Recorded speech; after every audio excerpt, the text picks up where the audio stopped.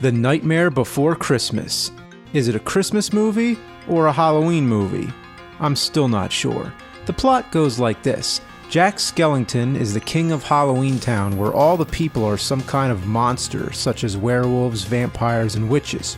Jack becomes bored with doing the same Halloween celebration every year. After all, if you were some kind of supernatural ghoul yourself, wouldn't it get old?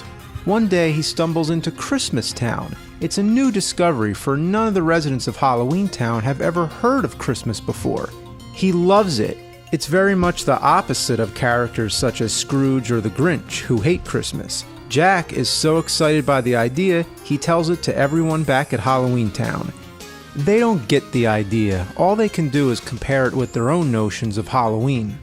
So Jack's obsession leads him to take the role of Santa and invade Christmas Town with his legion of ghouls. Separate from the Christmas and Halloween Town is the real world, where normal people celebrate these holidays. Every world has its own unique look. It's one of those movies that's so rich in visual appeal, you can turn it on mute and still find it interesting. It borrows from the German expressionist style of set design used in the silent era of horror films, where buildings are distorted and all the scenery is warped and twisted. Tim Burton developed the idea while working as a Disney animator after he made a short stop-motion film called Vincent. It was about a young boy who idolizes Vincent Price and the writings of Edgar Allan Poe. He hides away in his own private world of gloom and darkness, perhaps somewhat autobiographical of Tim Burton himself and the characters he used since, like Batman. Vincent is really the quintessential Tim Burton film because it defined his dark imagination.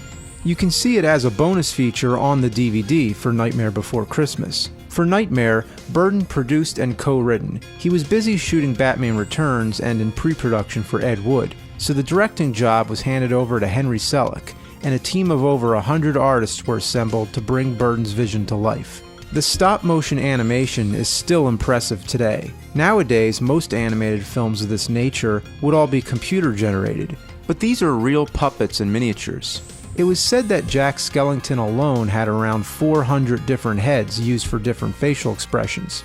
It's sort of like a morbid version of the old holiday stop-motion classics like Rudolph the Red-Nosed Reindeer. Disney decided to release it under their Touchstone Pictures because it was considered too scary for kids.